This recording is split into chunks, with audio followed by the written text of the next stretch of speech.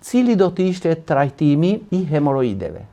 Pikërisht këtu duhet të ndalem, sepse unë e di që këtu ne vetëm me të vërtet ne e vendosim gishtin aty ku është plaga, aty ku dhëmb. Le të vazhdojmë me radhë. Nëse një person është diagnostifikuar nga mjeku që ka vetëm hemoroide në pjesën fundore, po ndoshta mund të kemi edhe ndonjë fisur, ndonjë çarje dhe ka dhimbje 3-4 orë, një ndezje të fortë në zonën e anusit, mos hezitoni të bëni këtë veprim.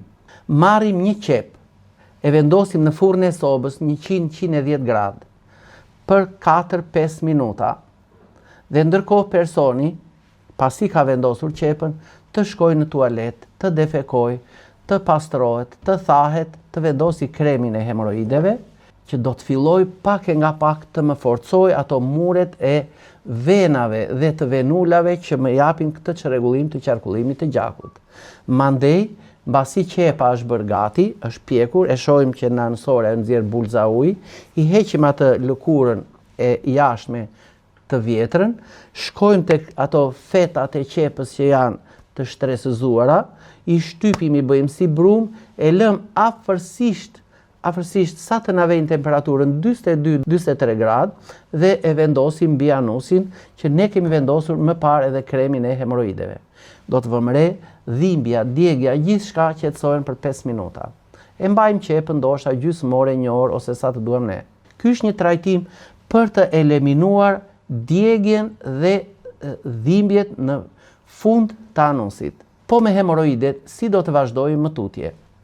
Nëse ato janë të gradës së 3 dhe të gradës së 4, por të pa trombozuara, pra ne i shikojmë, i prekim me dorë, janë si kokra fasulesh, po të buta, atëherë mund të veprojmë kështu.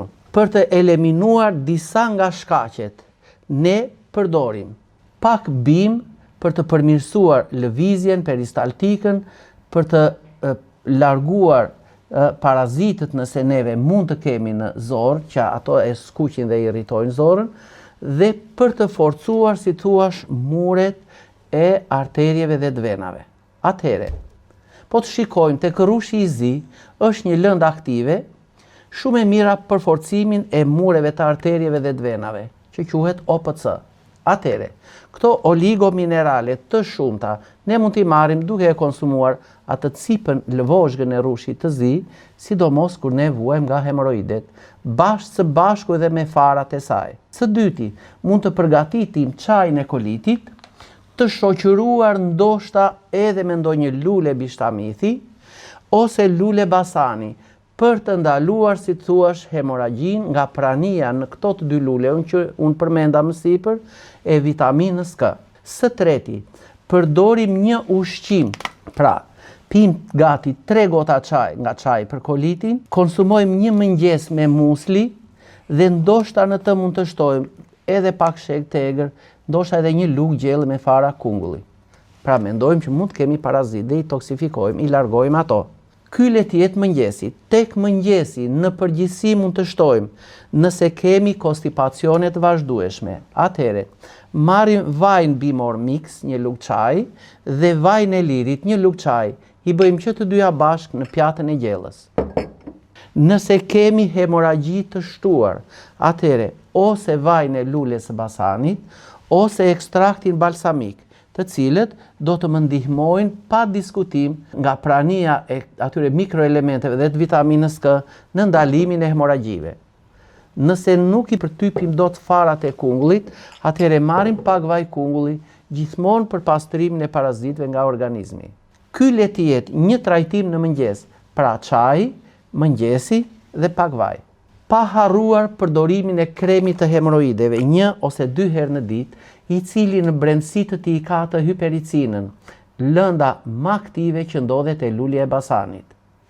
Kavetin të ndaloj, të mbyll plag puçra, të ndaloj hemoragjin dhe njëkohësisht të filloj të më forcoj ato muret e brendshme të arterieve dhe të venave. Nëse e bëjmë këtë trajtim për një periudhë kohe, 4, 5 deri në 6 javë, ju do të vini re që do të ndiheni mrekullisht mirë në ditët pas ditës së 6 të 7, gjithmonë duke u përmirësuar nga dita në ditë dhe do të jeni mrekullisht të kënaqshëm. Po nëse kam një hemoroid i cili është ngurtësuar, është forcuar dhe nuk po zbutet me gjithë këto trajtime që unë bëj, si duhet veprojmë? Veprojmë kështu, mbushim një gotë me ujë, hedhim në të 2 lugë gjelle rigon dhe vazhdoj t'i ziej 3 deri në 4 minuta. Lëndët aktive që ndodhen te rigoni, duke të shoqëruar edhe nga taninet, por edhe nga ato lëndët e tjera aktive, sidomos timoli dhe karbakroli, do më kalojnë tek çaji. E marr këtë ujë, pasi është ftohur, e kullojmë në kallëpet e akullit të frigoriferit dhe e vendos të ngri.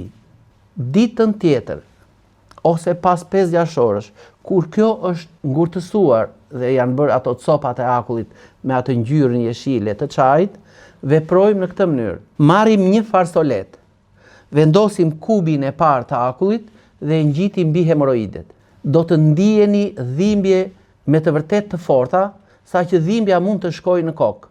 Por do të vini re një gjë interesante. Asnjë pikë lëngu nga akulli i shkrir nuk do të lagi farsoletën. Gjithçka funksionon kështu.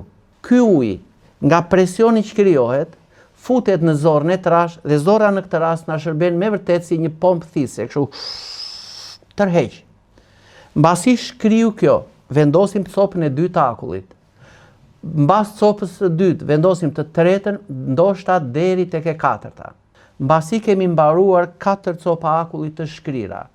E thajmë zonën, vendosim kremin e hemoroideve dhe ju do të vini re që hemoroidet janë zvogëluar në masën 60-70%. Bëjmë një 2 ditë pushim dhe pastaj me 2-3 copa të tjera akulli mund t'i vendosim ditën e 3 ose të 4. Atëhere, masa është zvogëluar më së tepërmi, mund të ketë ngelur 10-15% e volumit të hemoroideve, vazhdohet trajtimi me çajrat, me kremrat dhe me këto vajra që unë përmenda, dhe ky hemoroid me kalimin e kohës pak e nga pak vjen gjithmonë duke u zhdukur. Shpresoj që ky emision t'ju ketë vlejtur shumë, sidomos atyre njerëzve që me të vërtet ndihen dhimbje të tmerrshme në pjesën fundore të anusit. Miru dëgjofshim në emisionin e radhës.